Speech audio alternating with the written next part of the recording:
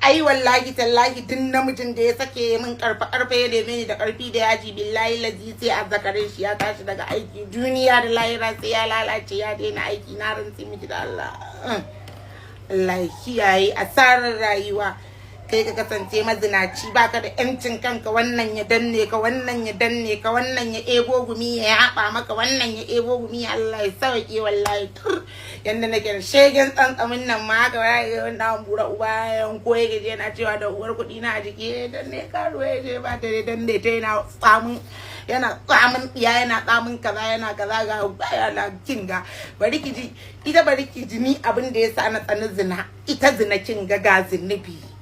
ga saka bakin jini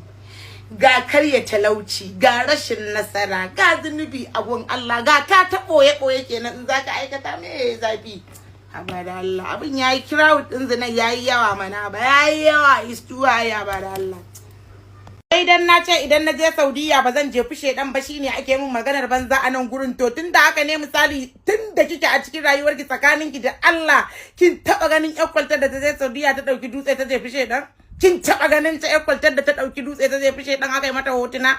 ba dai kowace kika tana tarfi tsinta ba a wajejen Ka'aba da kuma irin dai wajejen na a Saudiya ko ba nan kike gani ko kina gani mata an yi mata bidiyo ta da baya ta wanka wa shedan jifa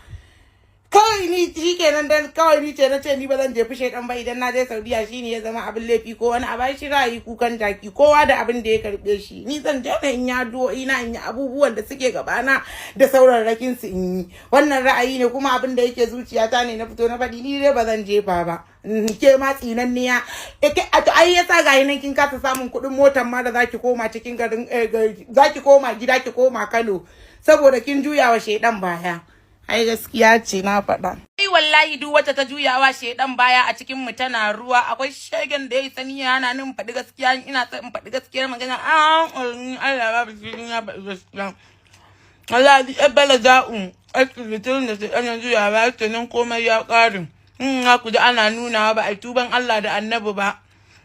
Ba a watsara ko matsayin an gaban iyaye ba an hakura da sun tuwon dawa. Ba a karɓi komai don Allah ba amma shedan yana juya wa mace baya wata tsirlitin ne ni na ma in kun ji na ce a'udhu billahi minash shaitanir rajim karatu